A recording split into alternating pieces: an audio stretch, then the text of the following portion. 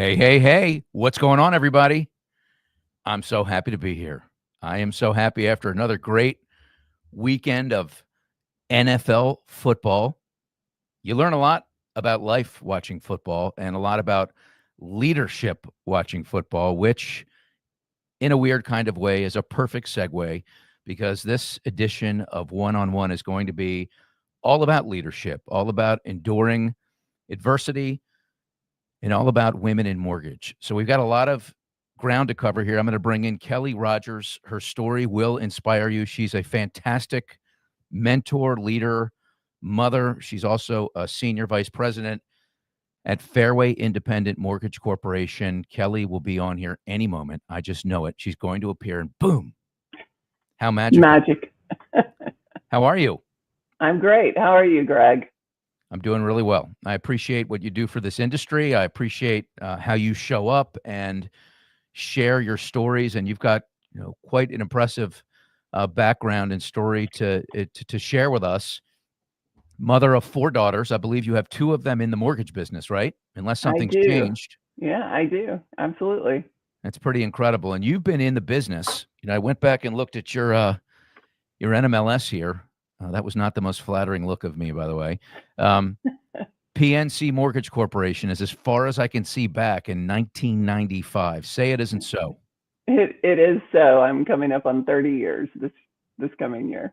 I don't often find people that have been in the business longer than I have, but I am on this program with one who has. I got in a year or 2 later, Okay. and what a ride it's been for both of us, right? I mean, we never thought Yes. we'd get. Did we ever think we'd be in mortgage? Can we just start there? No, it wasn't something I aspired to as a small child. Yeah, where are you from originally? Houston. I'm born and raised and still choosing to be here. Yeah. So, what did you think you'd do when you grew up? I wanted to be an attorney and a mom. That was my aspiration. Yeah. So I've looked at your posts, and you are so thoughtful when you do post. You don't post as often as some people, but when you do do you really share some deep personal things with the mortgage Mhm. community? And I want to get into that right off the bat because you've been in mortgage, you've been out of mortgage, you've been in mortgage, you've been out of mortgage. I think you did it twice, and in between, you have endured some real struggles. Take us back to those to that period of time and what you went through. I think, and there's been one gap. After the birth of my fourth daughter in 2002, I said, you know what? I don't think I can run a top producing team and take care of 3 under 4 and a fifth grader. So I stepped back for what I thought would be a year away from mortgage. When my youngest went to kindergarten, I thought this will be a great time to get in a mortgage. That was the fall of 2007. That was not a great time to get back into mortgage. And so I held out for a couple of more years and I returned to the business in the fall of 2010. So Yeah, I've been out for 8 years. you were out for 8 years, and then you got back in. But there's a particular post that is so powerful, and I'm going to share it with people here as I pull this up. And you're also you're one thing that really impresses me about what you do. In addition to all the other things, is you've also changed with the times a little bit. So you are somebody that is present on social media, right? And I Mhm. want to talk to you about like what went into that mindset of pivoting, as someone that is of our generation, right? Not sure if Mhm. you're older or younger, but we're probably somewhere in the same range, right? Having been in Mhm. the business as long as we have. Of course, you look considerably younger than I do, but I'm not sure that's saying much. Um, so this is a post you made 3 years ago. Today's my, it's been 14 years now, but today is 11 years since I started my journey back into the mortgage industry. I was leaving a brokered marriage, food stamps, Medicaid, and a life of welfare in an Mhm. 1,100 square foot trailer. I didn't know how I was going to support my 4 daughters, but I knew I didn't have a choice. Mhm. So Yeah. so powerful. Wow. I mean, Yeah. is it cathartic to share things like that? I mean, is it therapeutic? Does it give you some sense? I think I don't share it for me. I really share it for other people, Greg, because I know that I'm not alone in the difficulties of life. Every single person has difficult times in their life. And I think the greatest thing that we can do for others is inspire them to step out of that mindset that they're the only one living through it and that they can go on. I think one of my favorite quotes is from Stephen Covey, and it's the problem is not the problem. The problem is the way you view the problem. Hmm. Well, it's, And in hindsight, it's easy to see. I mean, you've got mm-hmm, you've come through to the other side, and you're impacting so many lives right now. And I'd love to talk to you about what that's like too. But when you go back and you're in those moments where you're struggling, where you're living not even paycheck to paycheck, mm-hmm, minute to minute, it sounds like, mm-hmm, with four yes, young kids and the pressure mm-hmm. of, oh my goodness, what am I going to do the next day? Like, what do you wish, for those people that are in that struggle right now? What do you wish you knew then that you know now that might be able to shine, be the light for somebody out there that's, enduring something right now similar? I think when you're enduring something like that, you have to allow yourself the time to grieve a loss or just kind of sulk for a few days. And because we're all going to worry, we're all going to get stressed out about things, but then it's understanding I can make a change. I have to, what do I need to do? And how do I break it down into easy steps? I always was afraid of setting annual goals. Any of my prior bosses will tell you that I hated it. And when I broke it down into monthly goals, I realized that I can do this. And it's the same thing with any kind of problem for me. I think it's breaking it down. Okay, what can I do today to get one step closer to where I want to be? When you're looking at a broken marriage where you've almost lost your home, had to move into an 1,100 square foot trailer, had one child, my eldest, off at college, completely on grants because there was nothing for us to give to her, and then three more that were at home. That was tough, and realizing that my marriage was completely broken and things were not going to change unless I made that change. Hmm. And and you it's hard sometimes when you get in those situations to just allow yourself to be consumed by them. But it's realizing I have to take that first step to get to that next step Yeah. So to get day to by where I day, want to be. That's exactly right. not, oh my goodness, how am I going to get where I want to go in 3 years? But today, Mm-hmm. like, if you can just Mm-hmm. stack little tiny wins. Correct. But of course, Yeah. there's setbacks too. And so when you think back to what you had to go through, I'm sure there were so many setbacks where you asked yourself the question, is it worth the fight? Mm-hmm. Yeah. Is it worth the fight? Can I do this? I'm not worthy to do this. Imposter syndrome sets in, which wasn't even a term back 14 years ago. But all of those things set in of, I don't know if I can do this. And then you look your kids in the eye and say, if not me, who? I have to do this. And I think all of us have those people in our lives that spur us on to do more. And sometimes that person is the person in the mirror. Yeah, for sure. But grit also with children. Like, I've got Mm-hmm. two kids, 12 and 14. And I know when I was growing up, I had a lot of adversity. It was at Mm-hmm. literally every corner. My self-worth was about a zero, Mm-hmm. if I could go any lower when describing it, I would go lower than that, but I think I have to stop at zero. Mm-hmm. And so, when for those of us raising kids today, particularly in this business, which has produced a lot of riches for people, I don't necessarily mean net Mm-hmm. worth, but just opportunities and success. When I look at how I grew up compared to how my kids grew up, Yeah. I'm wondering how they're going to find the grit, Yeah. because you can't, the stuff that you've been through, the stuff that your daughters have seen you accomplish and Mm-hmm. overcome, there is no textbook, No.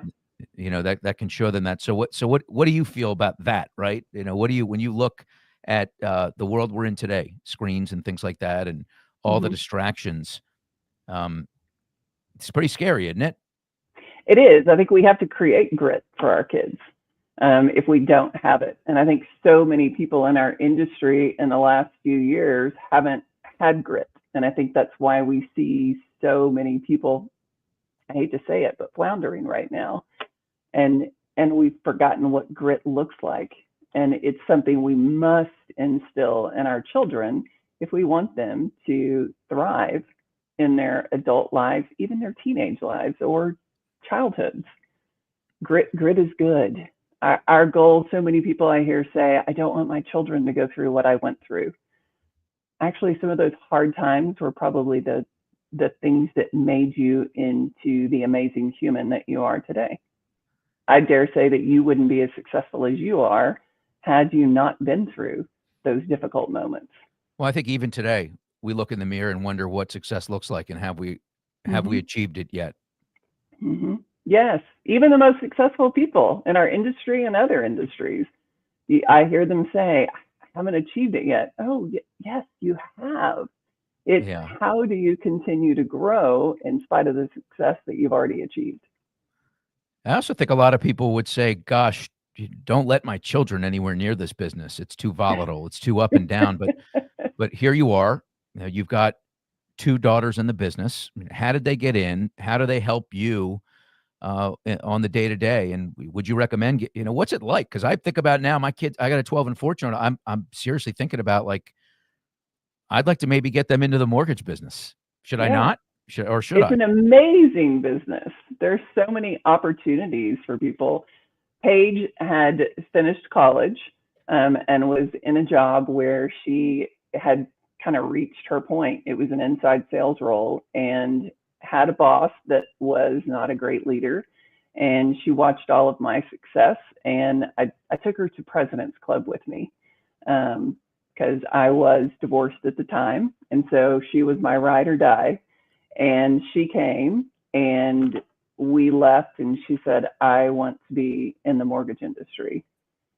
And there she is in the blue jacket. And so she had just turned 24 when she joined me. She was 23 because I told her, you're not going to come to work for me directly. You need to go, if you really want to be in this business, you need to do an internship over the summer. And she was in an apartment, she had a car payment. And I said, I'll pay for your rent and all your housing expenses because going into an internship, you're going to make minimum wage. But I need to know that you're going to truly love this business because you're watching it from the outside in with me. And so she did. She went and did an internship, made $7 and something an hour. She was appalled, but she loved it. And towards the end of the internship, they offered her a job and with a top producing person. And she came to me and said, they're offering me this. And she interviewed with the lady and she said, I had to turn him down because she was closing 22 million a year and you were closing almost 100 million a year. And I knew she said, Mom, I wanted to be with someone that I knew was successful and that had already achieved some success in this industry. Hmm. So she joined me and I gave her no perks.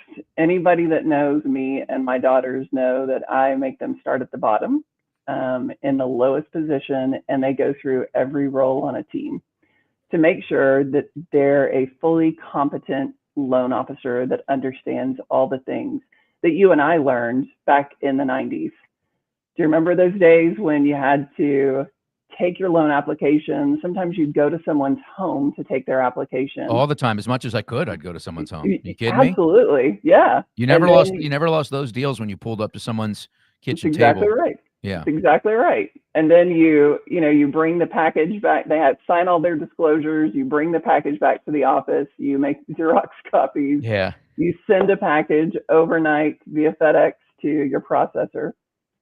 So I wanted them to experience all the difficult things in the industry, and Paige did. She moved from my personal assistant to a loan officer assistant. She even took on that back end LOA role and hated it. Thought that that was going to be the job of her dreams. I knew it wouldn't be based on her disc. She was assured that it would, and it wasn't. She Yeah. hated it. But then she understood that sales really was her forte. So, um, That's good. We, Congratulations. I know how proud you are, I am. uh, of your four daughters. And I recall in doing research on you that you said you've got five Gen Zers on your hands. So I'm thinking maybe you remarried and picked up another kid along I the way. did. I did. I finally got my boy through marriage. Amazing. Um, yes, yes, yes. That's pretty And cool. yeah, exactly. Yeah. So Gen Z, I mean, this is a perfect transition into how you continue to reinvent yourself, right? Through adversity, through ups and downs, and all those things. Hmm. Now, here you are on social media, not just LinkedIn, but you're also very active on Instagram. And I'm gonna try and share, one of your reels with our audience because, Okay. and then find out kind of your why. Like, how do you make that transition? Because there's a lot of people out there that have been in the business a long time that find it challenging and daunting. Like, where do I even Hmm. begin? And will anybody, back to the confidence thing, will anybody even be watching? So, this is Yeah. an example of a video you did recently, about 7 days ago. The perception around Gen Z right now is that you've got to make $150,000 or more to purchase a home. I have five Gen Zs that are my babies, and listening to them talk with their friends, that is the general consensus. The reality is, when you look at the data, the number is actually closer to about $89,000 a year. And that's using the 50, 30, 20 rule, where 50% of your income goes towards your living expenses, like your housing and your utilities, 30% goes to discretionary income, and then 20% goes towards savings and investments. Of course, that's not going to be the rule for everyone, but it is a general guideline. Hmm. Amazing to see you out there, doing that thing. How'd you get started? Like, how do other people put themselves out there and have the courage to do it? There's so many Yeah. things involved, right? The courage, the camera, am I getting good lighting? There's just so Hmm. many things. When did you Yes. dive? When did you dive in, and what has it done for your business? So I saw one of your posts this past week. I was in the Corps back 10, 11, 10, 11 years ago. Did my 2 years, was probably the most impactful coaching I had in my career. And one of the things that they pushed us to do, even back then, was to shoot videos. I still have videos that I shot back in 2014, 2015, which weren't that great. But I just kept persisting. And I know when COVID hit, we really started trying to do video and social to try to reach out to people. But for me, it was about 2 years ago, I guess, that I intentionally started shooting videos. I would shoot, I would set up a half day and I would shoot 20 videos with a videographer. And that would be my month's worth of content. And I would watch social media. I would see other people's videos. I would look at the news. I would look at our mortgage and real estate news. I would talk to realtors about what they wanted to hear, what they wanted to learn about, what they wanted to share with their clients and potential clients. I think that was the most impactful. Those are the videos that really catch the most, is because realtors want someone that they can point to that is sharing the information, that it's like that third party validation for them to share on their feeds.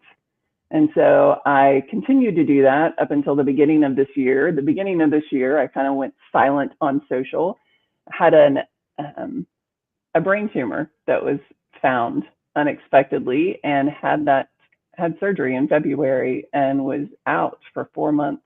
My goodness. So recovery was slow, and I have shot now, I guess, about 50 videos since I've returned in late summer. So More adversity. I mean, yeah, true to your life script. yes, yes, yes. Thank Well, I God mean, for grit. yeah, yeah, and I didn't know this part, so let's, if you don't mind, just for a moment, Sure. focus on that, because this is a part of the story I didn't know. I guess let's focus on what it's like to face a moment like that, where you hear, news that you don't understand, and Mhm. then what gets you through that. Your faith, your family, your daughters, maybe Mhm. they come back around, and all you did for them, all of a sudden now, I'm just guessing they were there for you in a huge way. Absolutely. Yeah. And it really, it was shocking. It was harrowing. It was totally unexpected. But it really was my faith and then my family. And so knowing what I had to go through, two of my daughters live out of state, and everyone flew in. Everyone was with me for those few days around that surgery. I wound up being in ICU for almost 3 weeks. Did not know if I was going to live or not. And during the surgery, and it really changed my perspective, Greg. This year, I've told people this has been the year where I've seen the greatest mind shift for me, about, wow, I've spent my the last 14 years just wholly focused on my business and not having really much of a personal life outside of my family. And when you're recovering in bed for 4 months and at home, not working, you really get time to reflect on, this is a short life we get. If we live to be 75 years old, it's a short life. If we live to be 100, it's a short life. Especially when you're my age at 54, you're like, at best, I have another 50 years to go. Probably not, though. It's that song, live like you were dying, right? Live like you're dying. And so that's what I've done. It's funny, my husband said, you like go out, you do things with your girlfriends now, you're more intentional, and I am. It also, wow. It puts a complete different perspective on things. So profound. Thank you for sharing such personal things with us. Sure. Let's talk about the mortgage business, because that's what we're both in. You're at Fairway Independent, a great company, been around for, super long time, and a survivor, right? A company that's, gone through adversity itself. I mean, if you looked at the landscape and the rumor mill and all that stuff, and you want to talk about grit, I mean, even when Steve Jacobson made $1 million donation to aid hurricane victims, the guy was chastised. I mean, I don't even know. Ridiculous. Ridiculous. I wrote a post about that too. It's absurd. Like, it is. I mean, even when you try and do right, people are still leery and it's such bullshit, honestly. But I want to talk about the business. I mean, you have a lot to give. Clearly, I've not seen you on any stages, but I'm starting to think in my mind, wow, you really have a lot to offer and can inspire people in all phases of their life. I want to talk about the mortgage business and women's role in it, Empower, Marsha Davies, and everything. And when you look out at the landscape, which is still dominated by white males, that look a lot like me, and I can't do anything about how I look. I mean, I do care about changing it.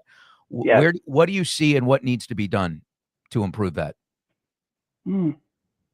I think it's not going to just take women making that change. It's going to take some of the men in leadership like you and like Steve Jacobson and Casey Crawford and others who decide, you know what, I want to see the landscape changed. Because no matter what we think, ever since I got into this business in '95, there's a lot of discrimination towards women, especially in old school white men. I'm sure you've dealt with some of it, absolutely. head on. Absolutely. Too.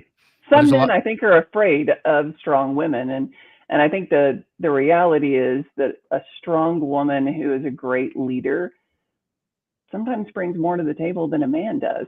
Not always, but they have a different sense of what leadership looks like. I tell people that taking those 8 years off and being with my kids and raising them changed who I was, from not just being an originator to being a leader, because I understood what it took to manage hard situations and help other people thrive. And I think it's that mom instinct in me that really guides me a lot of times in my care for others. And I look at other people in our industry, Robin Lavasser over at Summit, and countless others, but she's one that just completely stands out. Denise Donahoe, people over at Benchmark. I think there's a lot of women in our industry who have a lot to give, and I love seeing them rise to the occasion and show others that there are strong, capable women in this industry that others can learn from. Yeah, and I know them both personally. The mortgage nerd Yes, and Robin.